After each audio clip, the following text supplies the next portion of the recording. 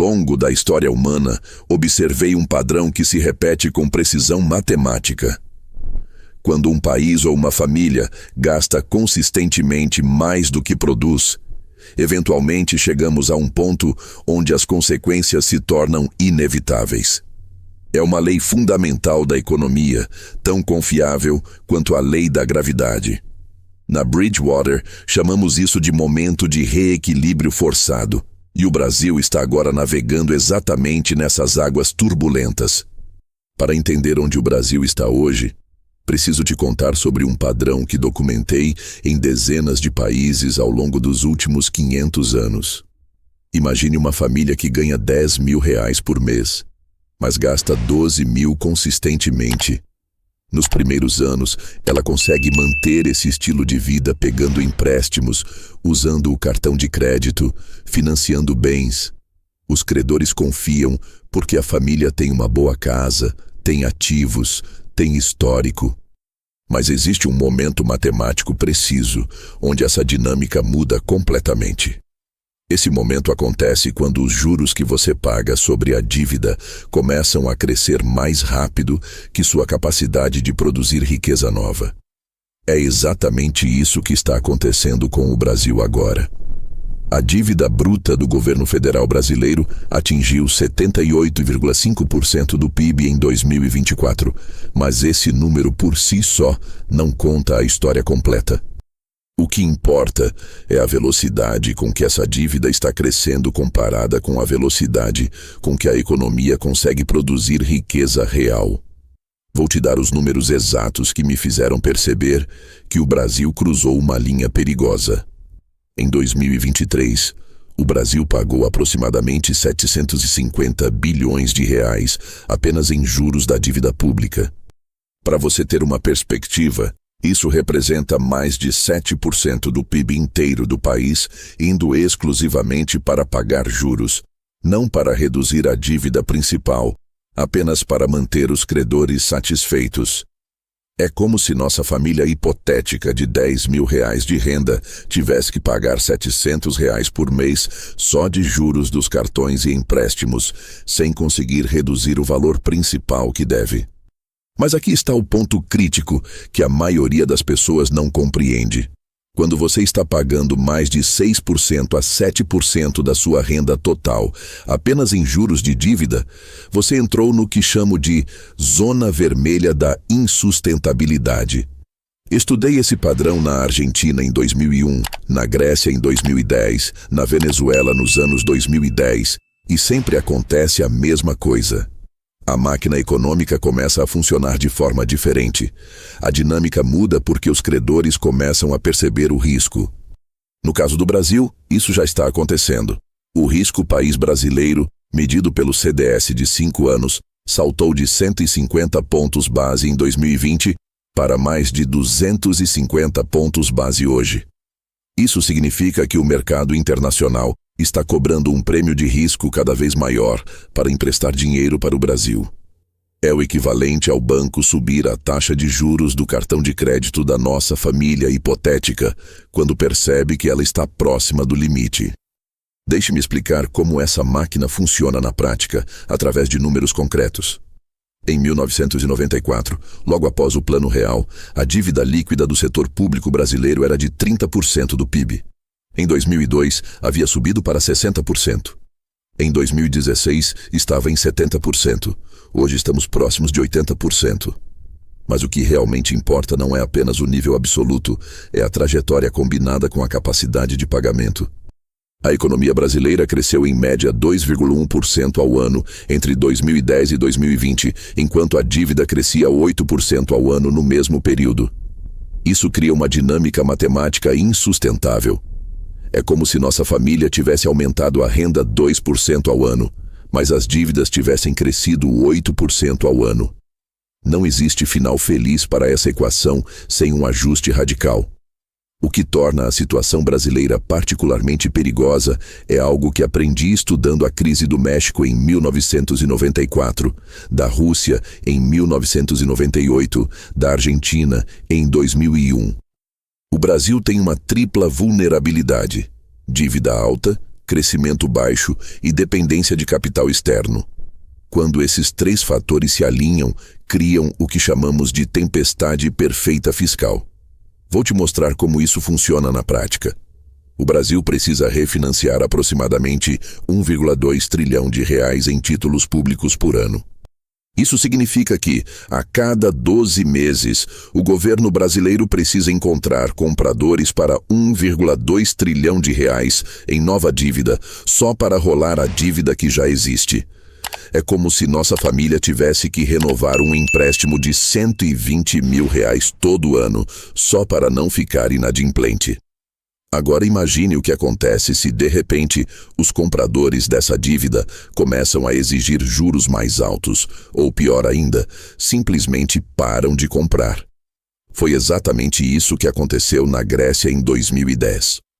De uma hora para outra, os mercados decidiram que o risco era alto demais e o país ficou completamente sem acesso a financiamento externo. O Brasil já está mostrando sinais precoces desse processo. A participação de estrangeiros na dívida pública brasileira caiu de 20% em 2020 para aproximadamente 10% hoje. Isso significa que investidores internacionais estão gradualmente se retirando do mercado brasileiro de títulos públicos. Eles estão mandando um sinal claro. O risco está ficando muito alto para o retorno oferecido. Quando estudei a crise da dívida argentina, uma das coisas que mais me chamou a atenção foi como o processo se acelera de forma não linear. Durante anos, a Argentina conseguiu manter a dinâmica da dívida aparentemente sob controle. O país pagava os juros, rolava os vencimentos, mantinha acesso aos mercados. Mas existe um ponto de inflexão, onde a confiança se quebra abruptamente. No caso brasileiro, posso identificar alguns gatilhos específicos que poderiam acelerar esse processo. O primeiro é a questão demográfica. O Brasil está envelhecendo rapidamente. A população com mais de 65 anos vai dobrar nos próximos 15 anos, passando de 10% para 20% da população total. Isso cria uma pressão estrutural sobre gastos com previdência e saúde, exatamente no momento em que a população economicamente ativa está diminuindo. Os números são claros. O rombo do INSS foi de 290 bilhões de reais em 2023. Esse déficit está crescendo 15% ao ano, muito mais rápido que o crescimento da economia. É uma bomba demográfica que explode em câmera lenta. Mesmo com as reformas já implementadas, as projeções mostram que os gastos previdenciários continuarão crescendo mais rápido que a receita pelos próximos 15 anos. O segundo gatilho é a questão fiscal estrutural. O Brasil tem uma rigidez orçamentária única no mundo. Aproximadamente 94% do orçamento federal é vinculado, seja por mandatos constitucionais, seja por despesas financeiras obrigatórias. Isso significa que o governo brasileiro tem margem de manobra em apenas 6% dos gastos. É como se nossa família hipotética tivesse 94% da renda comprometida com gastos fixos, aluguel, financiamentos, mensalidades, e só pudesse cortar gastos em 6% do orçamento. Essa rigidez cria uma dinâmica perversa. Quando a receita cai, o governo não consegue ajustar os gastos na mesma proporção, então o déficit dispara automaticamente. Foi exatamente o que aconteceu durante a pandemia. A receita caiu 8%, mas os gastos subiram 15% devido às despesas emergenciais e aos estabilizadores automáticos. O terceiro gatilho, e talvez o mais perigoso, é a questão da produtividade. A economia brasileira sofre de um problema crônico de baixa produtividade. Entre 2010 e 2020, a produtividade do trabalho no Brasil cresceu apenas 0,1% ao ano. Para comparação, no mesmo período, o Chile cresceu 1,8% ao ano, o México 1,2%, até mesmo a Argentina conseguiu 0,8%. Isso é fundamental porque, no longo prazo, o único jeito sustentável de pagar dívida é produzir mais riqueza real. Se a economia não consegue crescer mais rápido que os juros da dívida, eventualmente você entra numa espiral descendente impossível de quebrar. É matemática pura. Deixe-me te explicar como essa dinâmica funciona usando o conceito que desenvolvi chamado máquina de crescimento da dívida. Toda a economia tem essencialmente duas engrenagens principais: a engrenagem da produtividade e a engrenagem da dívida. Quando a engrenagem da produtividade gira mais rápido que a engrenagem da dívida, o país fica mais rico ao longo do tempo. Quando acontece o contrário, o país fica mais pobre, mesmo que isso não seja imediatamente visível. No Brasil, desde 2010, a engrenagem da dívida está girando consistentemente mais rápida que a engrenagem da produtividade. A dívida bruta cresceu 180% entre 2010 e 2024, enquanto o PIB real cresceu apenas 25% no mesmo período. Isso significa que, para cada real de riqueza nova criada, o Brasil acumulou aproximadamente R$ 7 de dívida adicional. Agora vou te contar algo que aprendi estudando dezenas de crises de dívida ao longo da história. Existe sempre um momento específico onde os políticos e a sociedade são forçados a fazer uma escolha binária. Eles podem escolher o ajuste voluntário e controlado, ou podem esperar pelo ajuste involuntário e caótico. O ajuste voluntário significa tomar medidas duras antes que os mercados forcem essas medidas. Significa cortar gastos públicos, reformar a previdência de forma mais agressiva, simplificar o sistema tributário, aumentar impostos se necessário, privatizar empresas estatais, remover rigidezes no mercado de trabalho. É doloroso, mas é controlado. O ajuste involuntário acontece quando os mercados param de financiar a dívida e forçam mudanças abruptas. Foi o que aconteceu na Grécia, na Argentina, em Portugal. O país perde acesso aos mercados financeiros internacionais, é forçado a buscar ajuda do FMI, tem que implementar medidas de austeridade muito mais severas do que seria necessário se tivesse agido voluntariamente. Baseado nos padrões históricos que estudei, posso identificar 3 cenários possíveis para o Brasil nos próximos 5 a 10 anos. O primeiro cenário, que atribuo 30% de probabilidade, é o que chamo de aterrissagem suave controlada.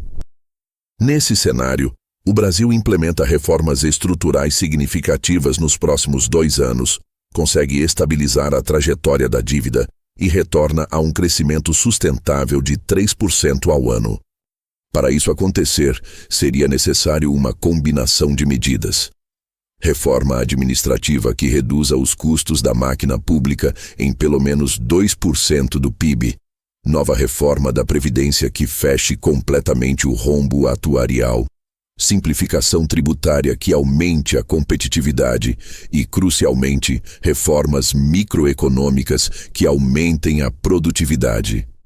O segundo cenário, 50% de probabilidade, é o que chamo de estagnação prolongada. Nesse cenário, o Brasil consegue evitar uma crise aguda, mas fica preso numa armadilha de baixo crescimento e alta dívida por uma década ou mais. É parecido com o que aconteceu com o Japão após a crise dos anos 1990. A dívida se estabiliza em níveis altos, próximos de 100% do PIB, mas não explode porque o Banco Central mantém juros artificialmente baixos e compra títulos públicos diretamente. O crescimento fica estagnado entre 1% e 2% ao ano. A inflação permanece elevada, corroendo gradualmente o poder de compra da população. É uma década perdida em câmera lenta. O terceiro cenário, 20% de probabilidade, é o que chamo de crise de confiança aguda. Nesse cenário, algum evento específico, uma crise política, um choque externo, uma mudança abrupta no cenário internacional, faz com que os mercados percam confiança na capacidade do Brasil de honrar suas dívidas. Quando isso acontece, o processo se acelera muito rapidamente. As taxas de juros disparam, o real se desvaloriza brutalmente, a inflação explode e o país é forçado a buscar ajuda internacional. Baseado nos padrões históricos, esse processo normalmente leva entre 6 meses e 2 anos para se completar uma vez iniciado. Deixe-me ser muito específico sobre os sinais que você deve observar para identificar qual cenário está se materializando. O primeiro sinal é o comportamento dos juros reais de longo prazo. Se os juros reais da dívida pública de 10 anos ficarem consistentemente acima de 6%, isso indica que os mercados estão cobrando um prêmio de risco crescente. O segundo sinal é o comportamento da moeda. Se o real se desvalorizar mais de 30% em relação ao dólar em um período de 12 meses, sem que haja uma crise global simultânea, isso indica perda de confiança específica no Brasil. O terceiro sinal é o comportamento da inflação. Se a inflação ficar consistentemente acima de 8% por mais de 6 meses, mesmo com juros altos, isso indica que o Banco Central está perdendo credibilidade. O quarto sinal é político. Se houver uma paralisia política que impeça reformas estruturais por mais de 2 anos consecutivos, isso aumenta dramaticamente a probabilidade do cenário de crise. Agora vou te explicar algo crucial que a maioria das pessoas não entende sobre crises de dívida soberana. Elas raramente acontecem por causa de problemas puramente econômicos. Quase sempre há um componente político decisivo. A economia cria as condições de vulnerabilidade, mas são decisões políticas que determinam se essas vulnerabilidades se transformam numa crise real. No caso brasileiro, existe uma dinâmica política particularmente perigosa que observei em outros países que passaram por crises similares. O sistema político brasileiro incentiva gastos de curto prazo e desincentiva reformas estruturais de longo prazo. Os ciclos eleitorais são curtos. Os políticos precisam mostrar resultados imediatos. E os custos das reformas estruturais são concentrados e visíveis, enquanto os benefícios são difusos e demoram para aparecer. Isso cria o que chamo de viés de sobrevivência política. Os políticos que implementam reformas estruturais necessárias frequentemente são punidos nas urnas, enquanto os políticos que adiam essas reformas e mantêm gastos populares no curto prazo são recompensados. É uma dinâmica que empurra o país sistematicamente na direção da insustentabilidade fiscal. Estudei esse padrão na Argentina, na Venezuela, na Grécia, em vários outros países. O resultado é sempre o mesmo. As reformas necessárias são adiadas até o momento em que não há mais escolha, e então são implementadas de forma muito mais dolorosa do que seria necessário se tivessem sido feitas voluntariamente. Deixe-me te dar um exemplo concreto de como isso funciona. A reforma da Previdência aprovada em 2019 foi um passo importante, mas economizou apenas 800 bilhões de reais ao longo de 10 anos. O rombo atuarial total do sistema previdenciário brasileiro é de aproximadamente 4 trilhões de reais. Isso significa que a reforma cobriu apenas 20% do problema estrutural. Uma reforma completa precisaria incluir a previdência dos servidores públicos estaduais e municipais, igualar as regras entre setor público e privado, criar um sistema de capitalização para trabalhadores jovens e ajustar as regras de pensão por morte e auxílio-doença. Politicamente, cada um desses pontos é uma batalha separada que consome capital político enormos. O problema é que quanto mais você adia essas reformas, mais difícil elas se tornam. O déficit previdenciário cresce exponencialmente devido ao envelhecimento populacional. Se uma reforma completa fosse feita hoje, ela precisaria ser 30% menos severa do que será necessária se for adiada por mais 5 anos. Isso me lembra uma família que precisa cortar gastos, mas toda semana adia a conversa difícil. A cada semana que passa, os cartões ficam mais estourados, Os juros se acumulam, e quando finalmente são forçados a agir, os cortes precisam ser muito mais drásticos. Agora vou te explicar porque acredito que o Brasil está num ponto de inflexão histórico. Pela primeira vez desde o Plano Real, as 3 principais âncoras da estabilidade macroeconômica brasileira estão sendo testadas simultaneamente. A primeira âncora é a credibilidade do Banco Central. Durante 30 anos, desde a criação do Real, o Banco Central brasileiro construiu uma reputação sólida de combate à inflação. Essa credibilidade permitiu que o país mantivesse a inflação sob controle mesmo com déficits fiscais elevados. Mas credibilidade é como confiança. Leva décadas para construir e pode ser perdida em meses. Os sinais de erosão dessa credibilidade já são visíveis. As expectativas de inflação para 2025 e 2026 estão consistentemente acima da meta, mesmo com a taxa básica de juros em níveis restritivos. Isso indica que os agentes econômicos estão começando a duvidar da capacidade ou da disposição do Banco Central de manter a inflação baixa. A segunda âncora é a sustentabilidade fiscal. O arcabouço fiscal atual, que substituiu o teto de gastos públicos, estabelece regras para o crescimento das despesas primárias. Mas essas regras já estão sendo testadas por pressões de gastos estruturais, previdência, saúde, educação, investimento em infraestrutura. As projeções mostram que, mesmo cumprindo rigorosamente o arcabouço atual, a dívida pública continuará crescendo até pelo menos 2030. Isso significa que o arcabouço, embora seja melhor que não ter regra nenhuma, não é suficiente para estabilizar a dívida no longo prazo. A terceira âncora é a confiança internacional. O Brasil sempre dependeu de capital externo para financiar seu crescimento. Historicamente, essa dependência foi administrável porque o país oferecia retornos atrativos e mantinha estabilidade política relativa. Mas o cenário internacional mudou dramaticamente nos últimos 5 anos.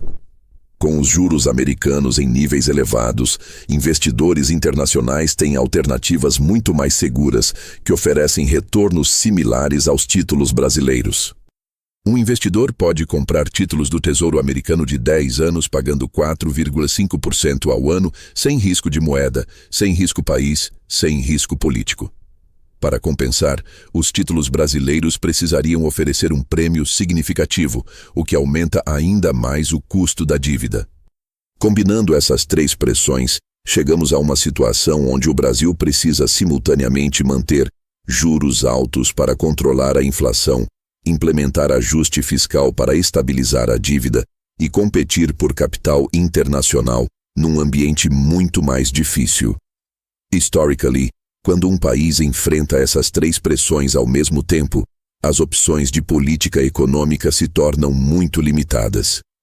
Existe uma quarta pressão que torna a situação ainda mais complexa: a pressão social e política por gastos públicos. O Brasil passou por mais de uma década de baixo crescimento, alto desemprego, perda de renda real da população.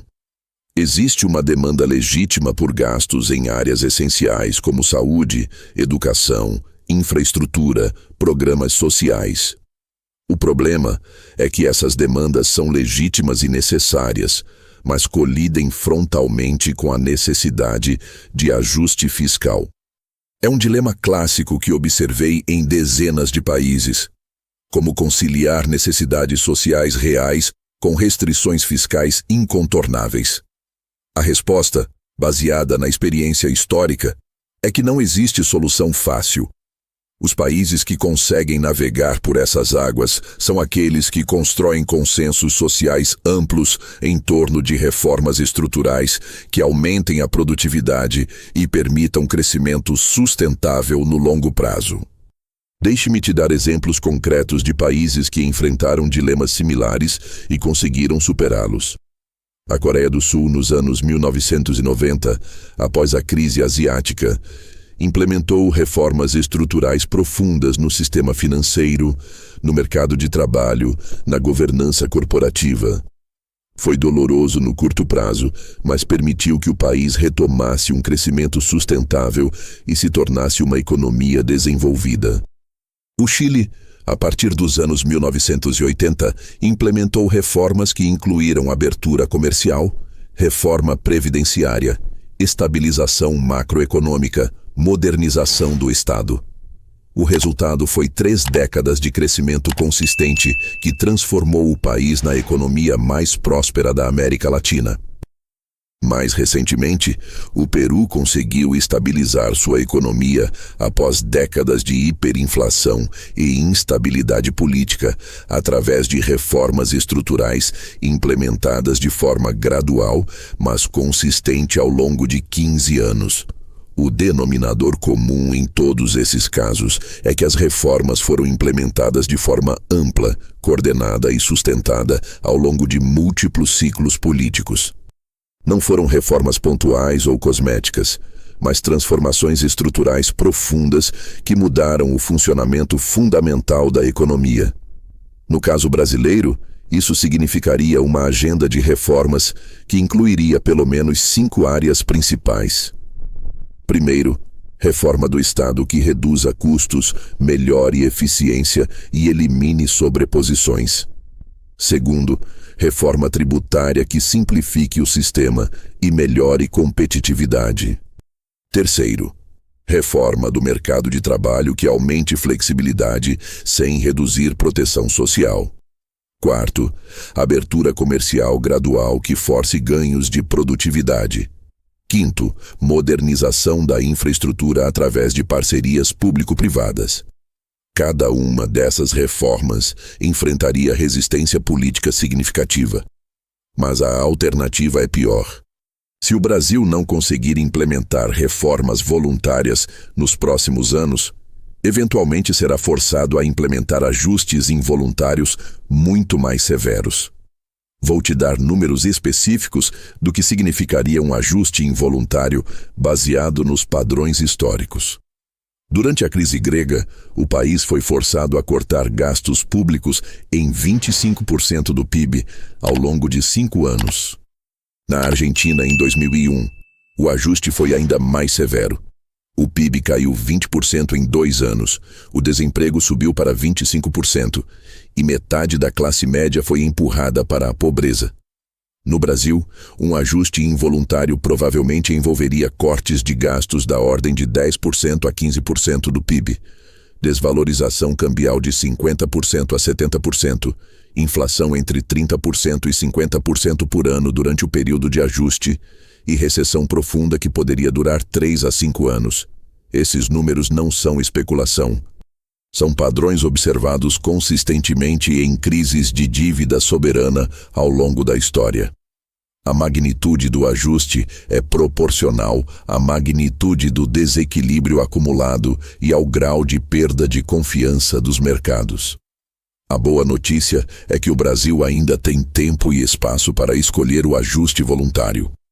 A dívida, embora alta, ainda é majoritariamente interna e denominada em moeda local. O país tem reservas internacionais substanciais.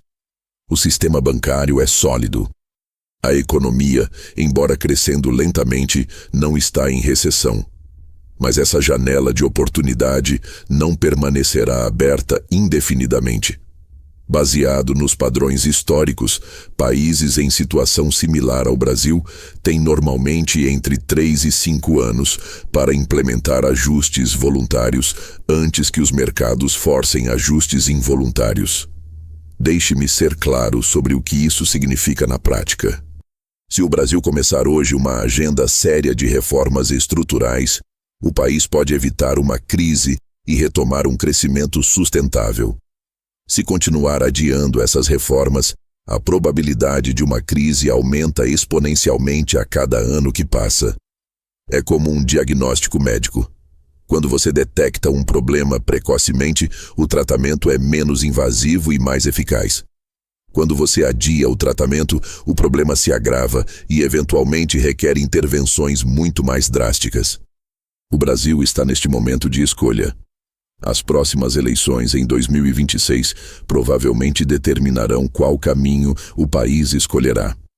Se os eleitores escolherem candidatos comprometidos com reformas estruturais, o país pode evitar uma crise. Se escolherem candidatos que prometam soluções fáceis e populistas, a probabilidade de crise aumenta dramaticamente. Esta é a realidade crua da matemática fiscal.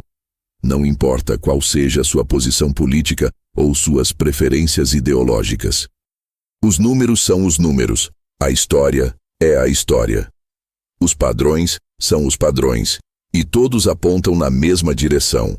O Brasil precisa escolher entre reformas voluntárias difíceis hoje ou ajustes involuntários devastadores amanhã. A máquina econômica brasileira chegou a um ponto onde as engrenagens estão funcionando em direções opostas. A engrenagem da dívida gira cada vez mais rápido, enquanto a engrenagem da produtividade gira cada vez mais devagar. Essa dinâmica não pode continuar indefinidamente. Alguma coisa tem que ceder. A questão não é se haverá um ajuste. A questão é se será um ajuste controlado e voluntário, ou um ajuste caótico e involuntário. Esta é a escolha que o Brasil enfrenta. É uma escolha que definirá o futuro do país para as próximas décadas.